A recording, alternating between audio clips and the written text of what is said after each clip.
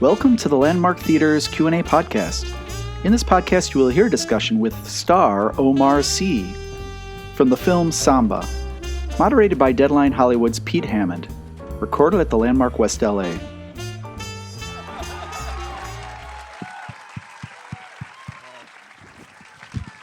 Hi, bonsoir.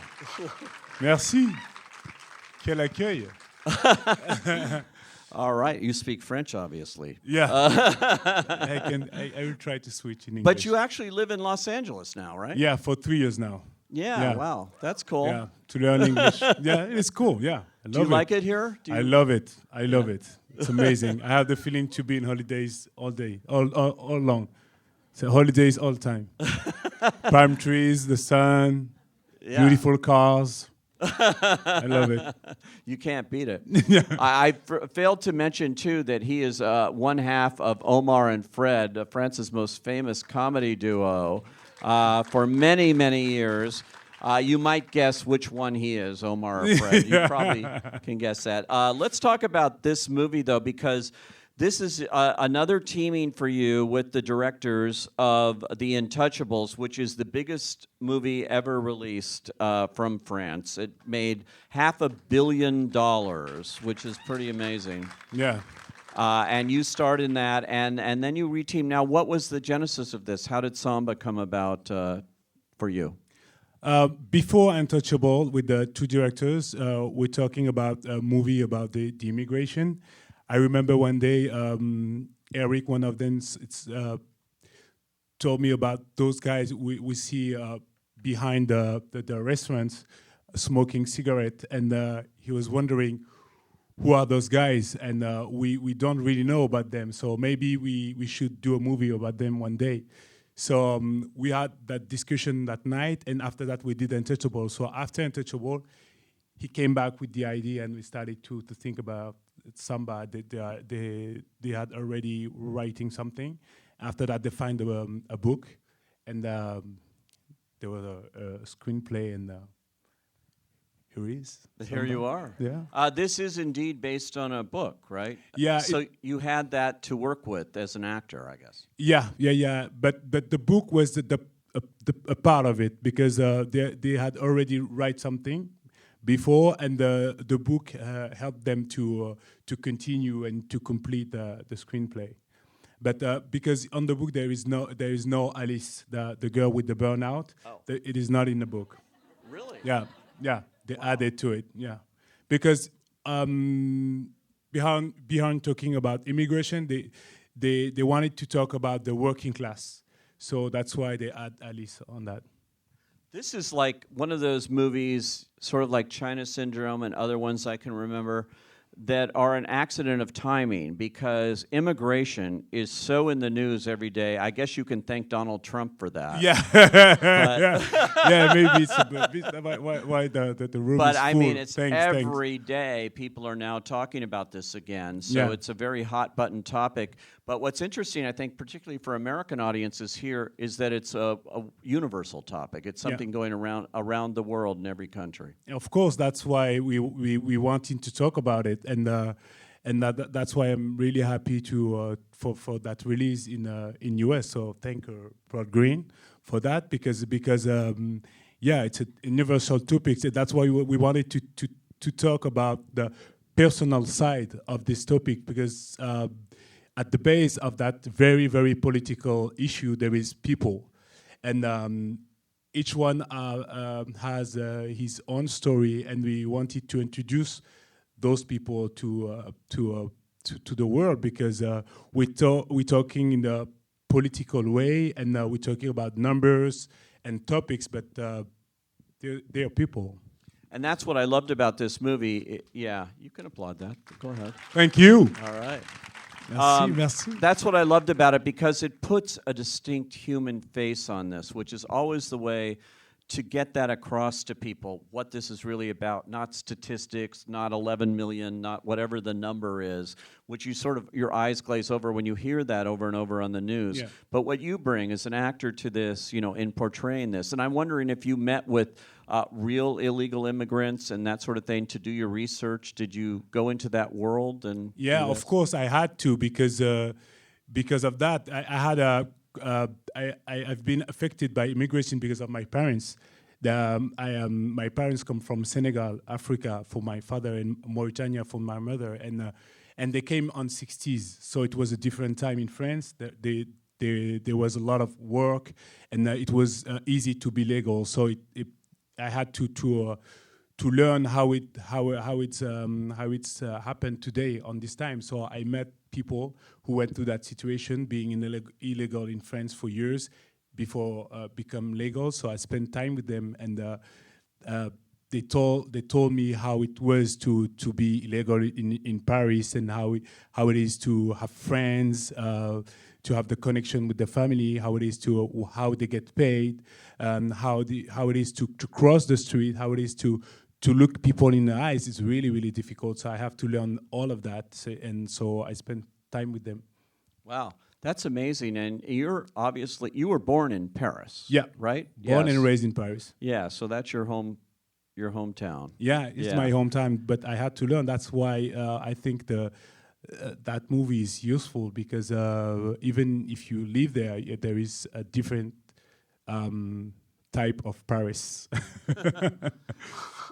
not the Eiffel Tower and the Arc de Triomphe that and all the tourist thing we see. It's the other side. It's a completely other side. Yeah. So this movie serves as not only an entertainment. I thought it was wildly entertaining because it's also funny. Yeah. And you come from comedy. I mean, you are known for comedy, and here I thought it was a different side of you that we saw, because there are a lot of comedic moments, but it's a lot of dramatic moments, which is different than anything I've seen you do before. Yeah, it's the first time, but the good thing with Eric and Olivier, the directors, each time they give me a part, it's a new challenge. And for Samba, it was the dramatic side. And as an actor after the César, I wanted to challenge myself, and it was the right moment to do that. So I chose it for that, because for the dramatic side. And after winning the César Award, which you won against like a lot of major people, that was a huge win, and I guess that sort of did change your career in some ways. Completely, career and life. Really? Yeah. Awards are good. Huh? Yeah. Better. It's good. Yeah.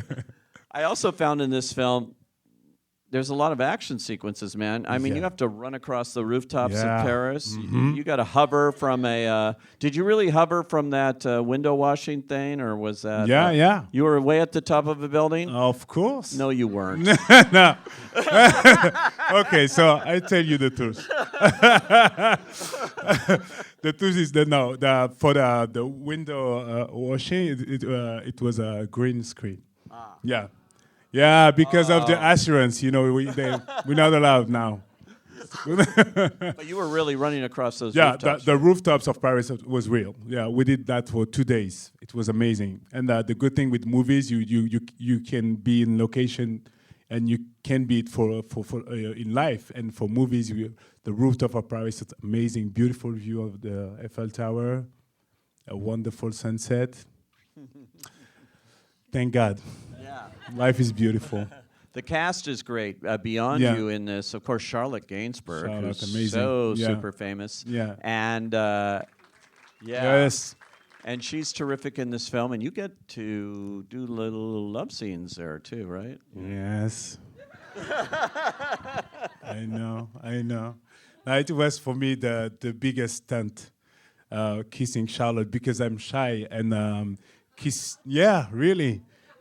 Kissing a girl from all those people, because you have to imagine that there's like 20 people around. It was like, oh. So, and so we did that, but it was good. So how long did you rehearse that scene? A month. No. It was actually she helped a lot, because she's a very, very talented actress, and experimented, because she started when she was really young, like at 13, and I used to grow up with her movies. So when I met her for the first time, I was intimidated, because it's Charlotte Gainsbourg. So after that, I had to kiss her. So it was another big deal. but it how did she doing things, she does things really easy because yeah, she helped me a lot, and yeah, that because when you have a partner like that, the only thing you have to do is just to react because it's so intense, it's so true, so make things much easier. Really, I'm so happy I had her for my first love story on screen. That is your first. Wow. Yeah, really? my first one. Okay. Yeah. A good start with Charlotte Gainsbourg, I have to say. Now, Tahar Ramin, who was in Prophet, Tahar great Rahim, movie. yeah. Yes, you actually knew him before you did this. Yeah, picture? he's my friend. He's my friend in life, and And he plays the other. the Algerian Brazilian, the only one in the world. And then he's an amazing actor and an amazing guy. Yeah, really. He used to do a lot of dramatic, very heavy characters and movies, and it was so good to see him in a comedy and to play a funny guy because he's a really funny guy in life. So it was really interesting to see on set because it was like we switches the places because he was the funny guy. I had to be and you more were dramatic. you were more the straight guy. Yeah, here. so It really it- is, yeah. particularly in those scenes where he starts to. Yeah, exactly. move So around. it was interesting to see. Yeah, That's funny. yeah. But you're still a funny guy. You're keeping up your comedy and you're continuing all of that, right? I try. Yeah, I try. I hope so. Yeah. I mean, it's enormously successful for you. And look what's happening to you here now in all of these big so-called Hollywood movies. You're getting cast in one after another. What was it like working opposite dinosaurs in Jurassic World? It was amazing. I'm living a dream because I remember the first time I saw Jurassic Park. I was, a teenager, and just a few years after being on that set was something I couldn't dream of. So I had a good time. I did my best, and I met wonderful people. Chris Pratt, a really funny guy. Bryce Dallas Howard, a cool girl, very talented, and the director, Colin Trevorrow. It was a very good experience. And the dinosaurs, really, really cool guys. Really? Yeah, and they speak French. Yeah, so it was easier And for they me. were real, right? Yeah, of course. Okay. Yeah. All right. They live in Montana. so. Yeah, they live in Montana. Yeah. Okay. Do you have a fear of What heights? do you think? No. Oh, No, you don't. I'm a think bad so. actor. Yeah. Yeah. Yeah, I don't have it. Yeah. No. It was just pretend. Yeah. God, no. I do. No. I would totally believe that. Yeah? Yeah. Thank you. Are you planning to make any more dancing movies? Why Okay. not? Yes, I love dancing. Yeah, I hope so. Actually, on this one, it was really, really frustrating for me because the character can dance, and so all that scene, the New Eve's night, there was a lot of music, and all people were dancing, and I had to stay, like sitting, and it was too long for me. Too long. And at point when I wait like 2 or 3 takes and I stand up and dance for that. Yeah, it's okay. It's just once. I want to do it. Yeah. First he said, "You speak a really good English." He said that. C'est ça que t'as dit. After that he said, if my plan is to stay or going back to France, I don't know. For now, I'm really happy here, and things are going really good. So for now, I'm staying, but it's difficult for me to make plans far away in life because for me, the most important thing is to enjoying the moment. And I think the best way to have a good future is to have a wonderful present. All right. And by the way, this guy who speaks French is wearing an LA Dodgers hat. Yeah. Which I really like. the differences between working here and working in France. He's wondering about. The big difference for me is the language, of course, because I had to learn it, and speaking and acting is really, really different.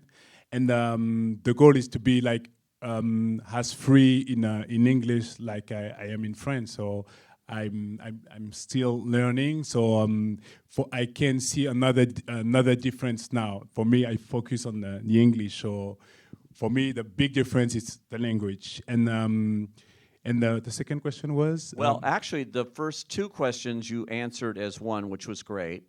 The third question was, what advice would you give to someone in the same situation that you were in? Just working hard and have faith on what you're doing, and never let people discourage you, and just listen to your mom, because the wonderful thing with the mom, that they say you're amazing and you're wonderful. So listen to that and believe in that, because that it's a good, a good energy and a good encouragement. So keep that. Just listen to your mom and work hard. I have there is nothing else. Just believe in you, and you can get it if you really want. There's a song. You can get it if you really want, but you must try and try and try. Which means you have to be able to sing, too. But you had an interesting beginning, because you stumbled into comedy, I think, in a kind of unexpected way, right? Yeah, I started really by chance. I have sorry. The question was what was the start? Yeah, and and the advice that you would give somebody. But how did you get into the business? Essentially, how did you do it? I just I just did it. I had a lot of fun, and I when I started, I thought it would be for 2 years or maybe 3, but not more. So I did it just like that, and having fun, and always try to do my best, and one thing bring the other. But I think the easiest way is to going step by step, and if you it's my point of view, if you're looking too far, can be exhausted. So you just have to take one step and the other one and the other one, because any long trip start by one step. So you have to do the first one and the second one and move on. When you moved to LA, did you move because you had work here, or did you just want to move here to find work, essentially? No, I moved 3 years ago. It was right after Untouchable, and so like I said, my life changed, and I had a lot of opportunities in work. So I wanted to take time to think about it, and I wanted also spend time with my family. So we came in LA because we used to come here for holidays, so it was the right place to have a 1 year good time. And I met people wanted to work with me, so I started like that. But the first purpose of coming, it was just to have a 1 year free with my family. When did this open in France, by the way? It was in October. Okay. Yeah. He's wondering about the impact of Samba in France, and if it will have an effect on the immigration topic, and Not that much. Actually, there's not really. Unfortunately, not that in a I would say the political way. But I hope that people change a little bit the way of looking at those people, and maybe they understood more what's going on. But politically, nothing. But in France, you have to know that it's each campaign bring the immigration. So you've some friends, so it's each campaign, and probably we have to release a second time for the next campaign for people, because the immigration is coming back. Each campaign it's about immigration, but for now, nothing, unfortunately. But we'll do something else. A lot of movies to be made, a lot of roles to be played. We thank you so much for Thank coming you. out here. Thank you, Omar my C. pleasure. All Merci right. beaucoup. Thanks, Thank guys. you. Thank you. Merci.